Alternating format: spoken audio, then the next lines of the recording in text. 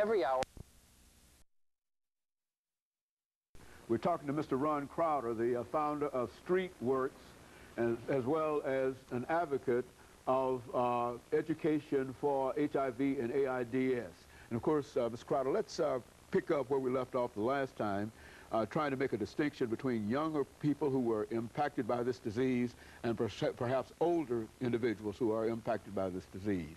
Okay, Dr. Haney, this is what's going on. Let me make it as crystal clear. What happens is, with the advent of new medications such as Viagra, Cialis, or in these other new medications, what is happening is, what we're seeing now is older men are seeking out, with this medication, younger women. Let me give you a good scenario. For example, you know, in what do they call it? Old high rises. Okay. For example, you got Mr. Bob who lives in the high rise. Okay. For senior citizens. Yes, senior housing. There you go. Senior citizen housing, all those high. Okay. Yeah. Okay. Now, Mr. Bob got Miss Lucy for a girlfriend. Now, around the first of the month, when Mr. Bob get that check, Mr. Bob get him some Viagra or some Cialis or whatever. Okay. Then he goes out of the high rise. Now, we're talking the first few days of the month, right? Then he meets up with Tamika, or the younger woman. Okay. On the streets. Yeah, you see what I'm saying?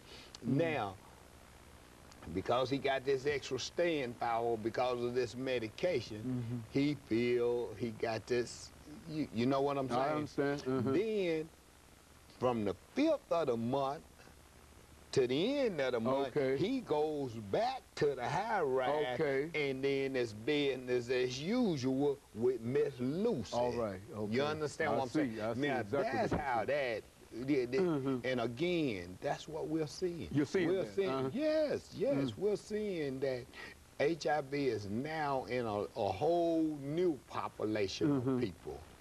And this is just my opinion. There's been no research around this, so I couldn't defend it. But you see it every day, and you're working with it in that kind of situation. This is let me say anecdotal information that I'm giving here. I wouldn't want to go on the record as saying this is definitive information. This is just my just what you see, and after having worked with it for the last 20, 25 years, being intimately involved with it, you can make some kind of judgments in reference to. Yeah, go on. Yeah, I understand. But again, it's the stigma.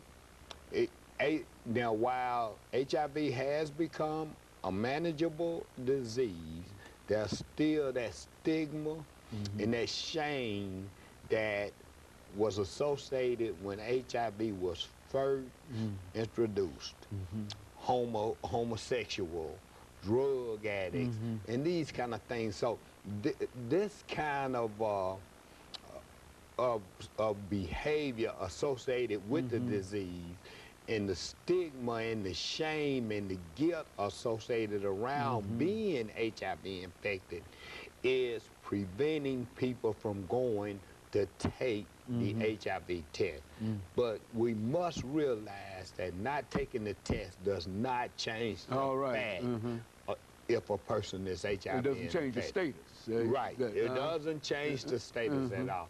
And my suggestion is everybody has an HIV status. The question is, do you know yours? And you should know yours. Because again, early detection and early treatment is the key to a successful, manageable disease. Not successful, let me say manageable disease. So that's the bottom line. You know, one of the things that we've seen, and I think you see it quite often, is dealing with body piercing. And why don't you say something about that? Because I think a large number of young people have become involved in this without even understanding or knowing the impact that this could have. Well, when I said one of the modes of transmission was blood to blood, and that most occurs by sharing needles. And sharing needles, we need to say any type of needles. Now, with the advent of tattoos, body piercing, and all of that, you have to understand that long as those needles are not being shared by someone with HIV, then it's okay. But if you're going to get a tattoo, if you're going to have body piercing, just get it done by a reputable, licensed person, and make sure that they are using clean, sterile, and new needles, and you'll be okay. It's that a lot of times people go to the neighborhood person to get that tattoo Sean, tattoo Wayne, tattoo whoever. All right. Tattoo James Haney. You see what I'm saying? And those type things also have a risk for transmitting HIV, sharing needles. And so that's a real problem. Yeah.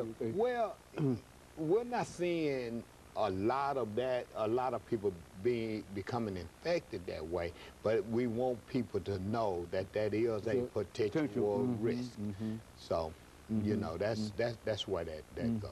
Well, now, over the next 3 minutes that we have here, Ms. Crowder, what about the research and the attempts to, have we simply given up on trying to find some kind of vaccine or whatever? Yeah, well, is that just... let me tell you where we are with that. Number one, the United States is still, as we speak, over the last 10 to 12 years, there have been somewhere around 40 to 50,000 new HIV infections in the United States every year. One reason that is because the United States does not have a national HIV prevention strategy. We require that of every other country that we give money to, you know, for the National AIDS Fund, or if we give other countries like Africa or anybody fund their AIDS, we require that they have a national HIV prevention strategy, but we don't have one. Well, why don't we have one, Ms. Crowder? That's a question for CDC. And again, we are advocating as we speak for that. We're advocating as we speak. I am a part of a national advocacy group called Campaign End AIDS. We make sure that it's on all of the presidential candidates' platform. We go, I was in, what was the last debate? Was it South Carolina? No, it wasn't South. Pennsylvania? No, the one before that. But anyway, so but the next one is in Oxford, Mississippi. Okay. So we'll be a caravan. We travel from all over the country. Caravans of us go down to these debates to make sure that that HIV prevention and AIDS is on the presidential platform and agenda. Okay. So we do that, and it's a national advocacy group. And again, we have advocates from all over the country that will convene. But you just over the last minute, but you just don't have a national plan, and it would be up to the United States, and it would be up to the CDC to develop such a plan, and nobody's doing anything in that direction in reference to a plan. Absolutely. Is that what we're saying? Yes, and exactly that we cannot fight this disease without some kind of national plan coming out of some kind of nationally recognized medical organization such as the CDC, and you would suggest that perhaps all presidential candidates and all individuals who are concerned with this disease ought to think in terms of having this national plan. Absolutely. Not just the president, every human being should think about this whole thing. Very good. And of course, Mr. Crowder, let me thank you again for bringing by that excellent information in reference to this disease. And let me encourage our audience to tune in again next week for another informative edition of Comments. Thank you and good morning.